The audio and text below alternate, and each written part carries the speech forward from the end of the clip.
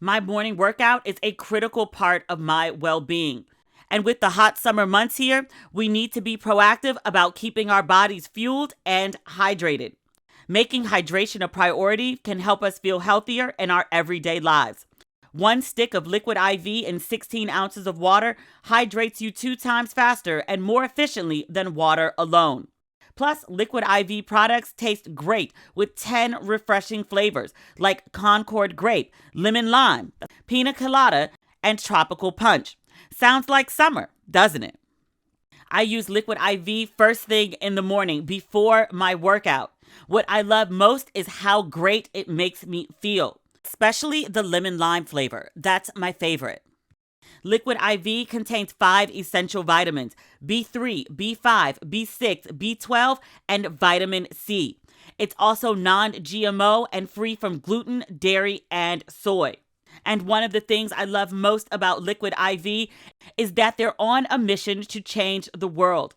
For every purchase, they donate a serving to someone in need. To date, Liquid IV has donated over 24 million servings globally.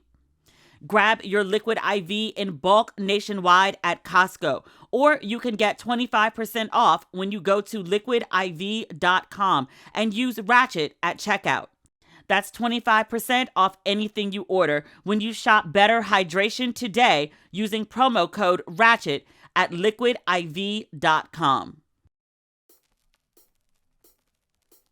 Ladies and gentlemen, boys and girls, and those who do not identify as either, you are listening to Ratchet and Respectable.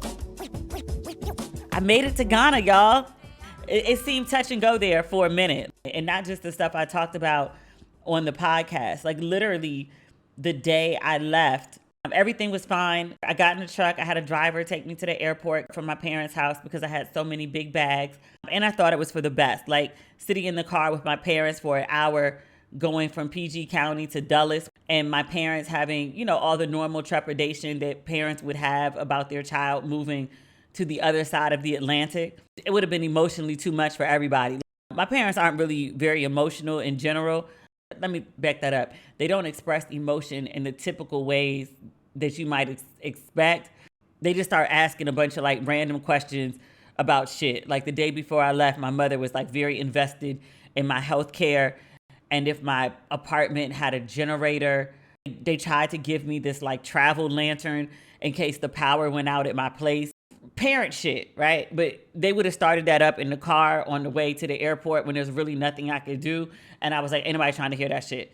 My dad was like, I have a truck picking you up that's going to take you to the airport. And I was like, great, that works for me. So me and the driver, and he's a friend of the family, I've known him for years, are halfway to the airport. We go around the Beltway. We're in Virginia. It starts raining. I've only seen rain like that in New Orleans, like big, fat, heavy rain, like on some Forrest Gump in Vietnam type rain. It starts pouring. And then you can see the lightning strikes in the distance. Then I get an alert on my phone that Dulles Airport has temporarily closed due to lightning. With an abundance of caution, they've told all the workers to go indoors. A week ago in DC, there was a big lightning storm downtown. Some people near the White House, in order to avoid the rain and apparently the lightning, went and took shelter under a tree. These mofos got electrocuted. I shouldn't say mofos. They were people, they were loved, their family mourns them. These people went under a tree to get out of the rain and then got electrocuted and died. I feel very, very terrible about this. Also, I thought everyone knew not to go under a tree or near anything metal in the middle of a lightning storm. If you're in a lightning storm, you don't even put your umbrella up because the metal in the umbrella attracts the lightning. Was I the only person that was taught this? I don't think I learned it in school. I think one of my grandmothers probably told me. Nevertheless, so because these 3 people got electrocuted by the White House, and it was thundering and lightning every other day in DC for the last week I was there. Every time there's a thunderstorm, DC goes almost into shutdown mode for everything because nobody wants their workers or their people or themselves to be electrocuted. I get it. I get it. I don't want to be in a plane where there's lightning flying all over the place. Like, don't take that risk with my life. I had no issue with the airport closing because of lightning, especially when I could see like big streaks of it going through the sky as we're driving. So my flight is supposed to leave at 6:45. I get to the airport, I get through security, I check my bags in pretty easily. I only took 4 bags, which thank God, even with just those 4 bags, it was a hassle like checking them in and getting them out of the airport. But I got through security, and then I found a Pizza Hut that had a bar. I was getting lit before I got on the plane. My plan was to get on the plane and just go straight to sleep. It's a 10-hour direct flight from IAD Dulles to Ghana, Accra. So I got lit. Like, I had like the big glass of red wine. And then as soon as I finished, I got an alert that was like, oh, your flight's delayed. And I was like, oh, okay, we're delayed by 45 minutes. The bar had just yelled last call. And I was like, before you go, I got another glass of wine in. And then it just kept getting delayed. Like every 30 minutes, they would just re-delay it. And they'd be like, I'm so sorry. But the flight is delayed. The flight is delayed. The airport is closed again. The lightning just would not stop. So finally, around like 9:30, I got on the plane. It was supposed to leave at 9:45, and then at like 9:50, they gave another update that it wasn't leaving until 10:10, and then we finally took off, and it was fine. There was turbulence, but I was laying down. Turbulence feels much different when you're laying down as opposed to like sitting up. You don't feel like you're on a roller coaster. It actually feels like a more exaggerated version of an earthquake in LA. But I got to Ghana, obviously. I landed safely. My landlady, which it feels so weird calling her that because she's like, I don't know, I think she's probably like 5 years younger than me. Real sweet woman. She has a truck. So she picked me up from the airport and all my stuff fit in her truck. And then she took me around yesterday to help me pull the apartment together. So just like really basic things. Like I brought rugs, I brought towels. I was supposed to bring sheets for the beds, but the measurements for Ghana-sized beds are UK as opposed to American. And like trying to find sheets that fit the bed, it was an ordeal. So because I'd asked her about sheets, she'd stripped the beds. So when I got here, there was nothing on the beds. It was just a mattress. So we went to a store to get bedding because I wanted my own bedding. I think the sheets that she had on the bed were navy. I only sleep on white sheets. I think the sheets at my mom's house are beige. I let them rock because they're high thread count. But in general, I really only like sleeping on white sheets. It's like a personal tick. So I had to go get sheets and pillow covers, duvet covers, all of that. Wine glasses, because I remember I needed those from before. I got really cute wine glasses. They got like a little gold rim. Hangers, because I bought exactly 30 dresses. Then we went to the grocery store, and I just got basics just so I could have breakfast this morning. Like I just needed cheese and eggs and juice and water. Like I can literally live, because I did in LA, off rice, salmon, mushrooms, and avocados, pears, as they call them here. I can live off that forever. But they didn't have avocados at the store. The grocery stores are different. So like you can get your basics at a grocery store, but if you want your fresh vegetables, you get them from a market. There's tons of markets. The side of the road also counts as a market. Like there's people selling fresh fruit and fresh vegetables like everywhere.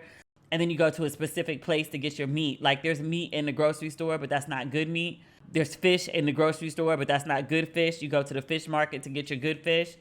And I was like, where's the fish market? And she was like, by the water. There's an entire fishing village. It's not necessarily in walking distance, but it's like 10 minutes drive. She's like, you go there to get your fish. Like that's fish fresh out the ocean. If you want fish that's not fresh, by which she meant fish that was caught that morning that the fish market workers had gone to pick up and had brought to their store, and they cleaned the fish and gutted the fish and displayed the fish. So the fish was like hours old as opposed to minutes. I am from Maryland. We are known for our seafood. People don't discuss the age of fish in hours. But this is not Maryland. This is the other side of the Atlantic. My mother, before I left home, did teach me how to cook a fish with the head on it. She didn't teach me how to gut a fish. And she was like, anywhere you get a fish, they will know how to gut it. Just tell them you need it gutted. And then she taught me how to scale a fish and then cut it up and season it. So if nothing else, I know how to make a fish now. More importantly, I know how to order food so I won't starve while I'm here. I have so many plans this summer.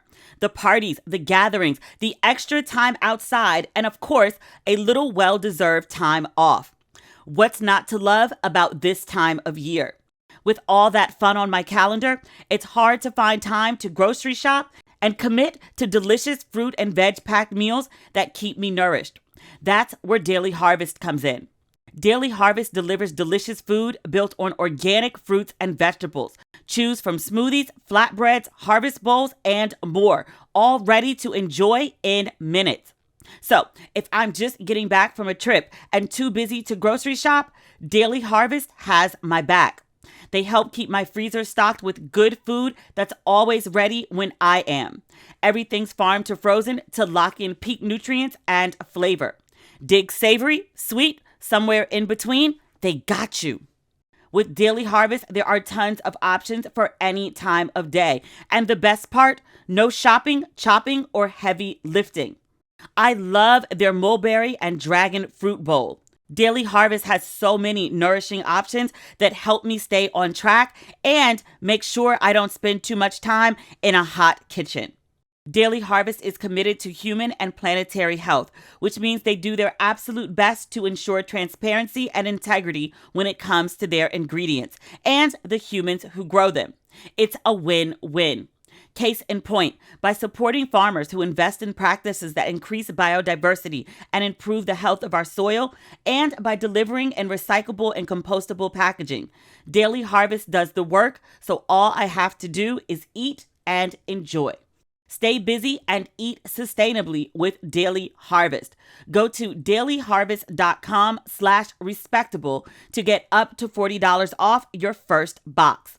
That's dailyharvest.com/respectable for up to $40 off your first box. dailyharvest.com/respectable. Never get tired of a good whodunit? Then you'll love June's Journey. You play as June Parker, an amateur detective on a quest to solve the murder of her sister and uncover her family's many secrets.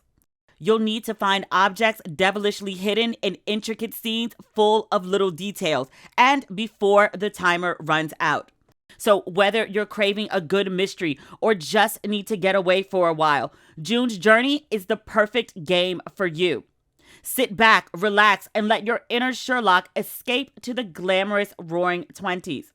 You'll search for hidden clues to solve mystery after mystery across thousands of vivid scenes. And with new chapters every week, there's always a new case waiting to be cracked. I love June's Journey. It's one of those games that really makes you think. I get so caught up in it, totally obsessed. Find your inner detective. Download June's Journey today. Available on Android and iOS mobile devices, as well as PC through Facebook Games. But so far, so good. Like, I've literally been in Ghana for all of 36 hours at the time I'm recording. I don't feel like I've moved. I'm staying at a place that I stayed at when I was here in January. I stayed at a bunch of different places trying to find an apartment for when I moved. But I just feel like I'm on an extended vacation. It really hasn't hit me that, like, you moved your black ass, like, across the Atlantic. I mean, it hits me in weird moments. This morning, one of my friends who lives here, she saw me post on Instagram that I was here. I didn't hit up my friends who live here yet because I was trying to, like, pull my life together. Like, I was up till 5 a.m. unpacking my suitcases and then making a list of the things that I need to turn my apartment from a house into a home. I just want some touches of my own. But I posted that I had arrived safely, just as a general APB to everyone wondering. We could stop the speculation, like, is she going? Is she not going? She went. I'm here. But my friend hit me up, and gosh, I'm starting to get teary. And I cried when she said it. It was the sweetest note. I'm pulling up my WhatsApp to read it directly. She said, "Hey sis, Aquaba, welcome home, as living space, as shelter, as haven. It's been 500 years. I have moments where I can be very deep about things and find, depth. That wasn't a very deep thing to say, but stay with me. But the reason I moved to Ghana isn't for a connection to ancestors or to history or to blackness or anything like that. I went to all white schools all my life, but I've always lived around black people. PG County, where I grew up, is black as fuck. At one time, it was the most affluent area for black people in the nation. And then once I hit like 16 and got a car, like my whole social life was in DC, which was Chocolate City. I don't feel a lack of connection to blackness. Like my mama from Detroit and my dad is from Mississippi. That's just black, like culturally just black as fuck. Black American. Correction. So in terms of like moving to Africa, moving to Ghana, it wasn't to connect with blackness. Not being harassed by police just because I'm black. That's probably the extent of where the I moved here for blackness thing goes. I appreciate when we're trying to decide where to go out at night, the decision is not based on whether it's black night or white night at a venue.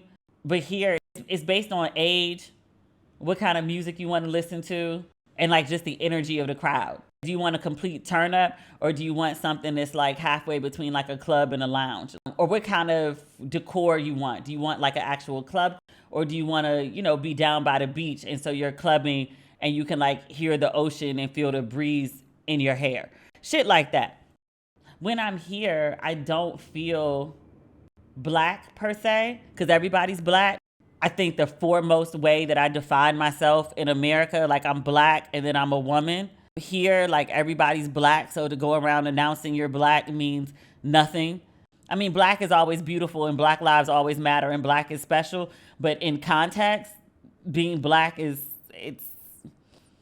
like being alive. What do you want me to take from that?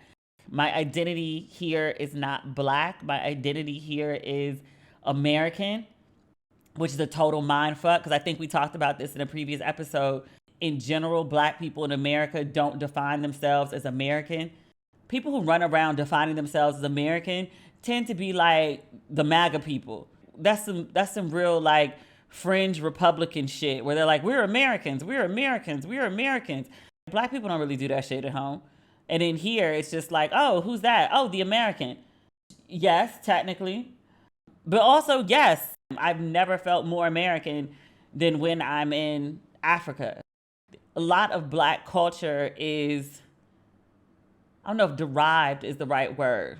Let's not say derived. Let's say lots of black culture in America is influenced, kept, preserved from West African culture when our ancestors were literally put on ships and taken across the Atlantic.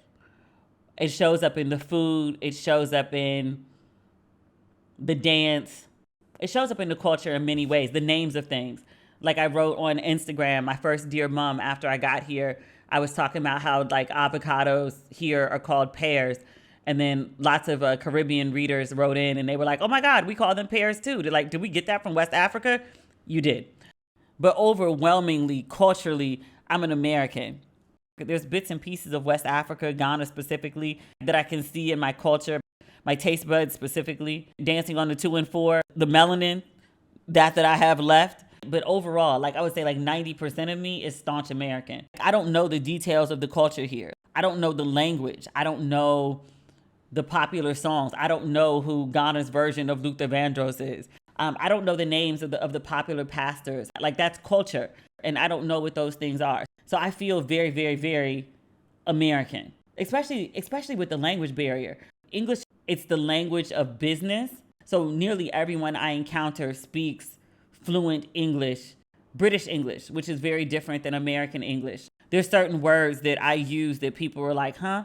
Last time I was here, I was getting my hair braided and I talked about taking a trip. The woman was like, a trip? And then somebody else had to like interpret and tree. And she was like, oh, a holiday. And I was like, yes, a holiday.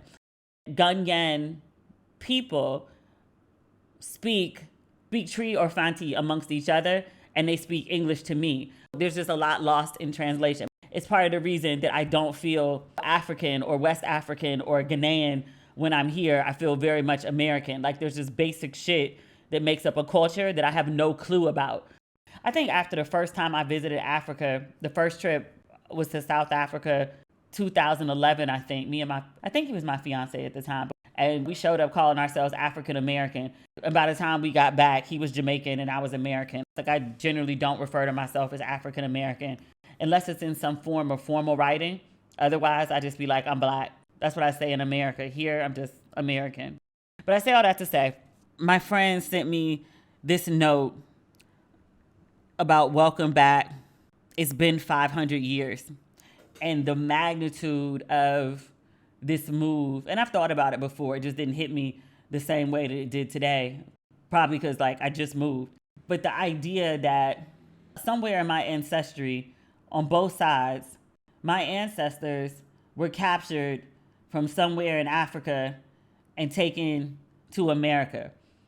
My dad's grandfather, so like my great-grandfather, was born into slavery. And people be like, oh my God, slavery was so long ago. Not really. Like my dad's grandfather. That's crazy to me. My dad grew up in Mississippi, but he could trace us back to North Carolina and then the trail ends.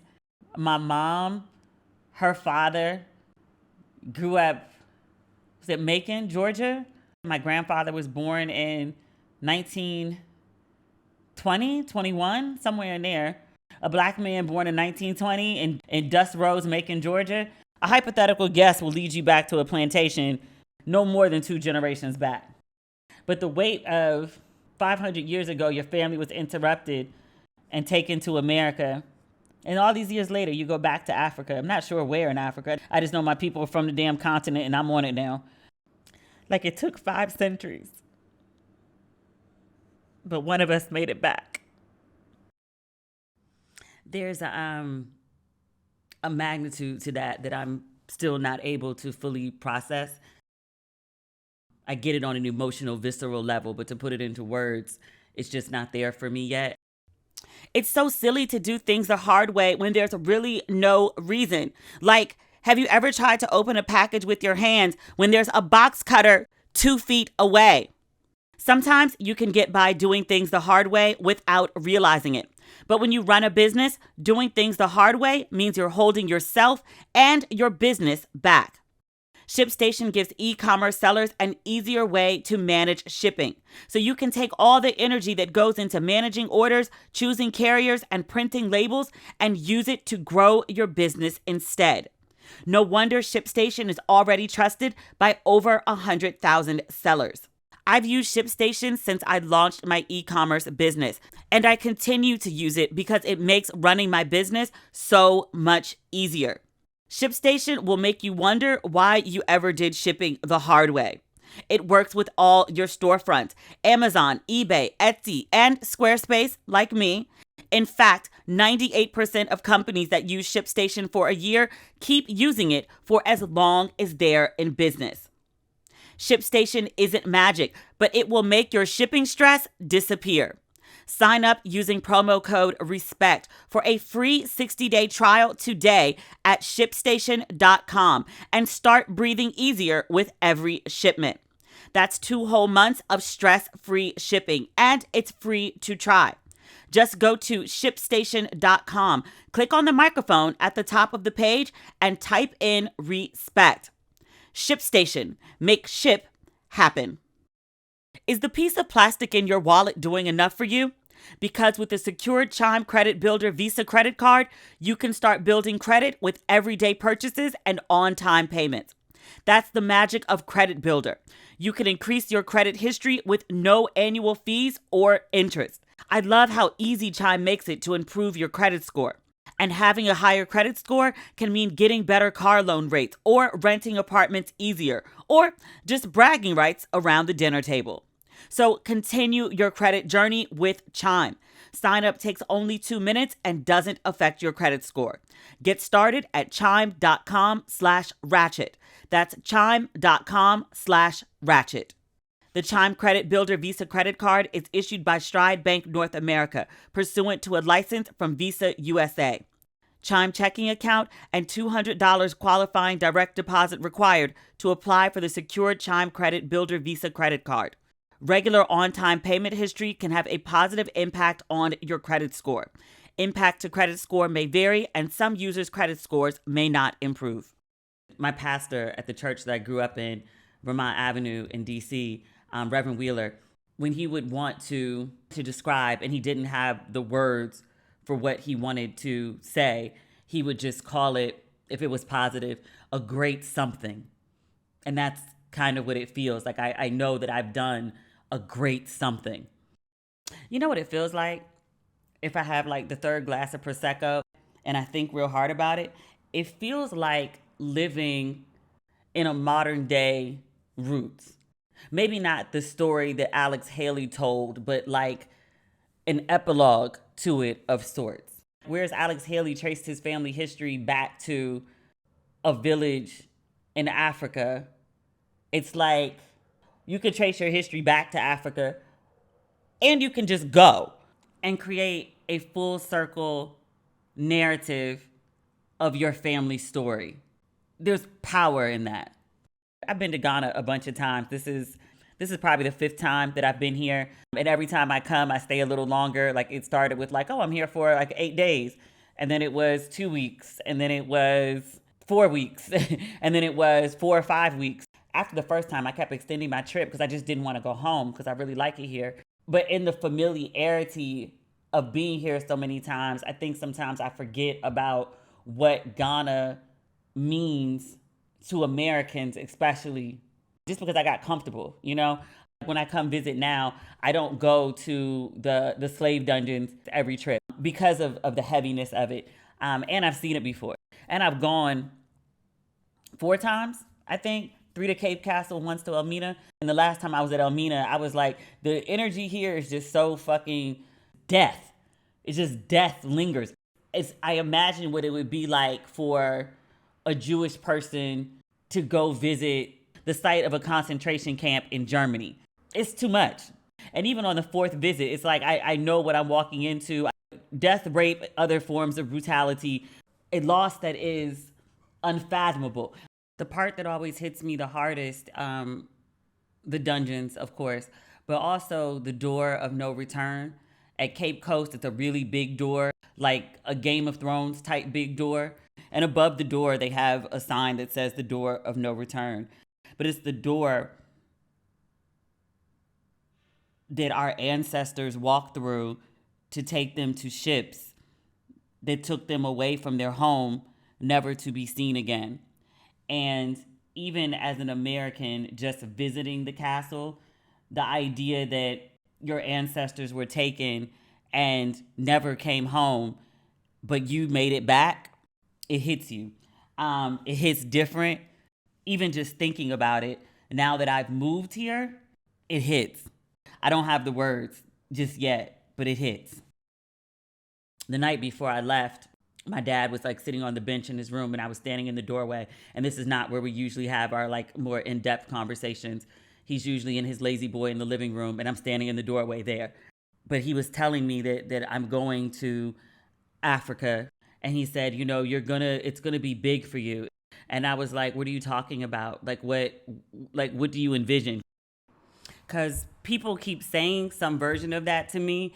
And I'm like, please tell me, enlighten me. Because I'm going to do these trips. Me and Davita are working out tour dates. We're still working on it. People have started emailing me, like, where can we register? Where's the wait list? Like, how do we do it? Give us a second. We were only planning to do 1 trip, and now we've got 2. And now we're doing trips for 2023 and 2024. This was not on the bingo card. Figuring out the back end logistics and just running it as a business is going to take a second. But we're on it. But I know I'm going to do these trips. I'm going to write a book. I asked on an earlier episode, you know, what should I write a book about? And universally, everybody was like, either do the Vivian book. Weren't you supposed to be writing that already? Which, yes. And do a Dear Mom book for Ghana. My agent was like, will people get it? Like outside of, you know, like your core readership? Like, will they get the Dear Mom thing? And I was like, I don't know. But so far, my readers have been pretty spot on with like everything that I should do. Demetria, you should start a podcast. Demetria, you should write a book. Demetria, you should write another book. Nobody told me to do that damn reality show, though. That maybe should have been a sign.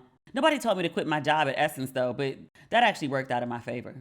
There's the TV project that I'm working on, but I feel like there's got to be something bigger than that. I told you about the conversation with my cousin, and she was like, you don't think, you know, taking a bunch of Black people back to Africa is big enough?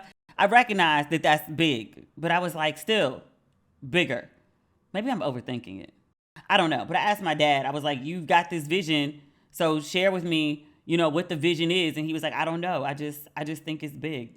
He kind of scared me that last conversation. Like, he was very like, I just want you to be happy and take care of yourself. And I had to ask him, I was like, is this goodbye? Like, are you going to be here when I get back?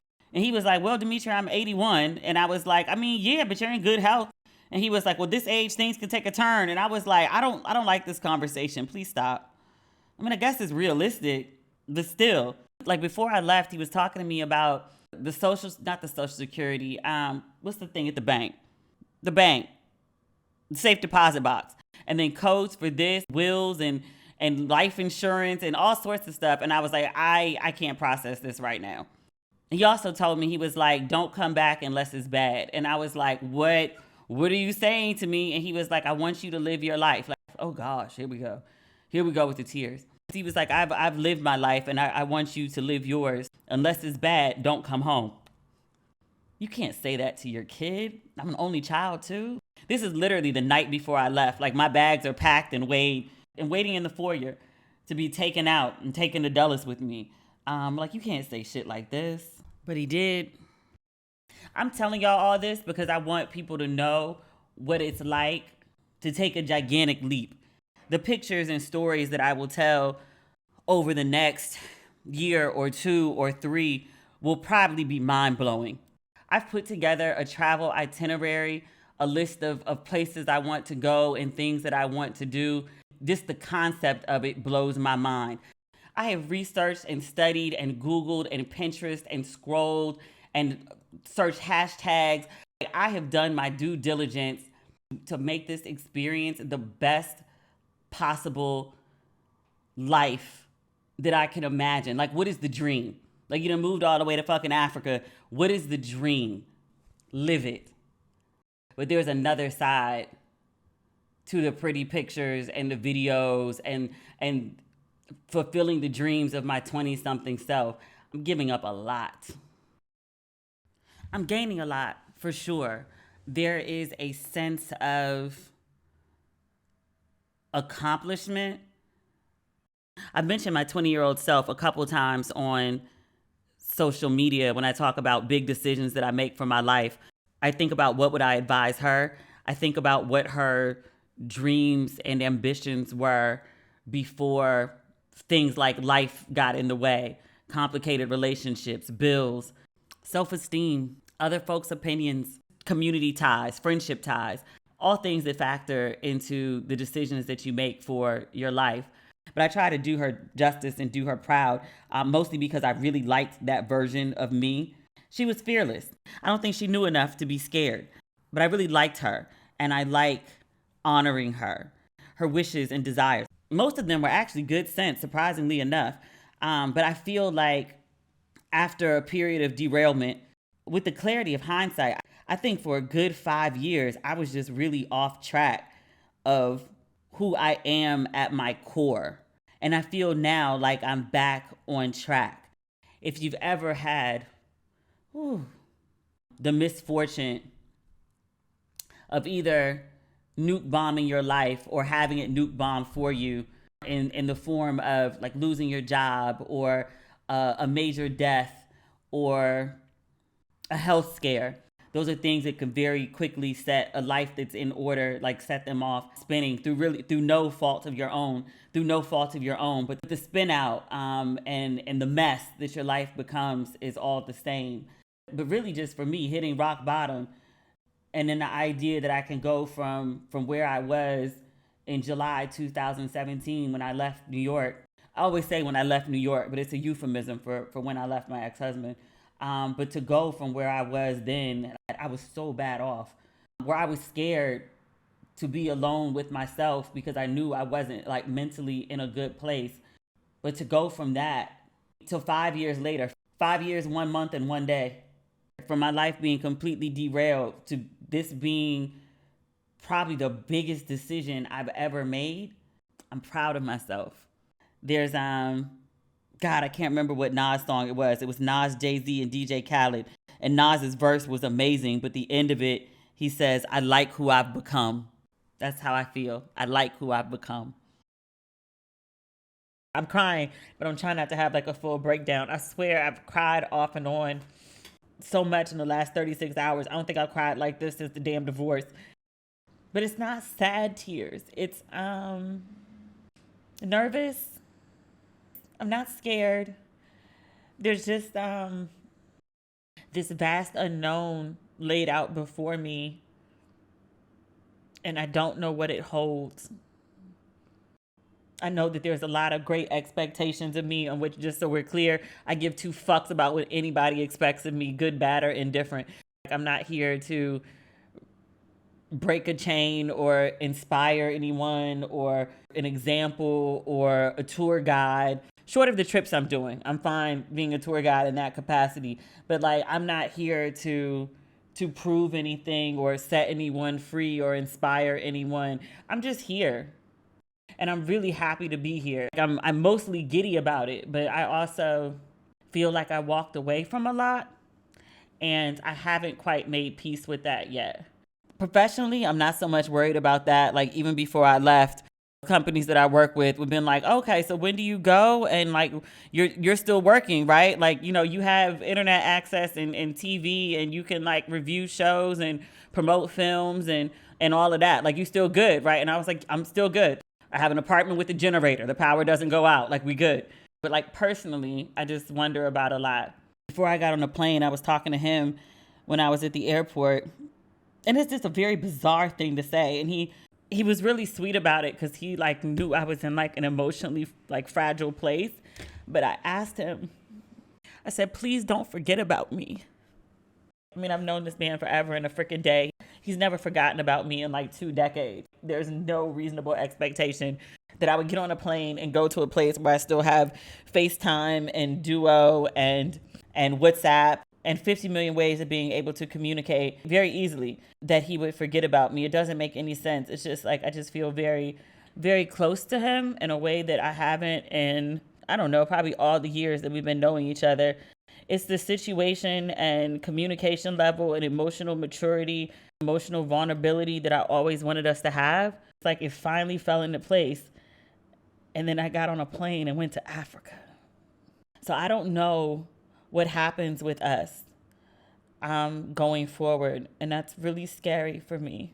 And the only times that I've cried since I've been here, I got off this 10-hour flight and I landed in Accra. I'm standing outside waiting for my friend to pick me up. Him had tried to call me because he knew my plane was supposed to land, but my phone was messed up. And so I got an alert that there was a voicemail, and he left me this really amazing message. And I was standing outside and I just started crying.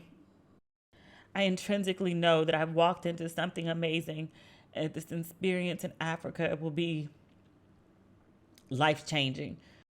I don't know how long I'll be here. I have a 5-year visa.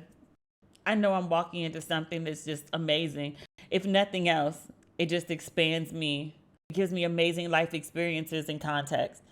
It assures that whenever, wherever my deathbed will be, at least I have one less regret about how I lived my life. But I'm worried. The quiet part I don't say out loud. I know I won't regret moving to Africa. I hope I don't regret leaving him.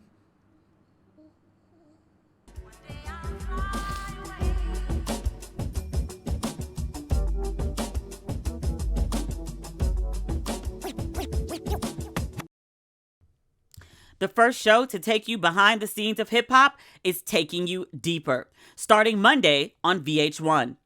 Be there for the return of 2 love and hip hop cities, Atlanta and Miami. First up, it's Atlanta at 8, and all of the OGs are back. What really went down at Joc's wedding? Is there a secret baby? Will Mama D and Bambi scrap their beef? What's next for Spice, the queen of dancehall? Not to mention Rashida, Rennie Rucci, Erica Mena, and Safari are all up against the unexpected. This season can only be described as unthinkable, and that's only the first hour. Because after the Atlanta premiere, Miami is coming in hot at 9. from Omari's journey to motherhood to Trick's boyfriend-in-laws. And throw Sukihana, Bobby Light, Trina, and the drink champ Noriega into the mix. The 305 has never been spicier. It's two cities on one epic night.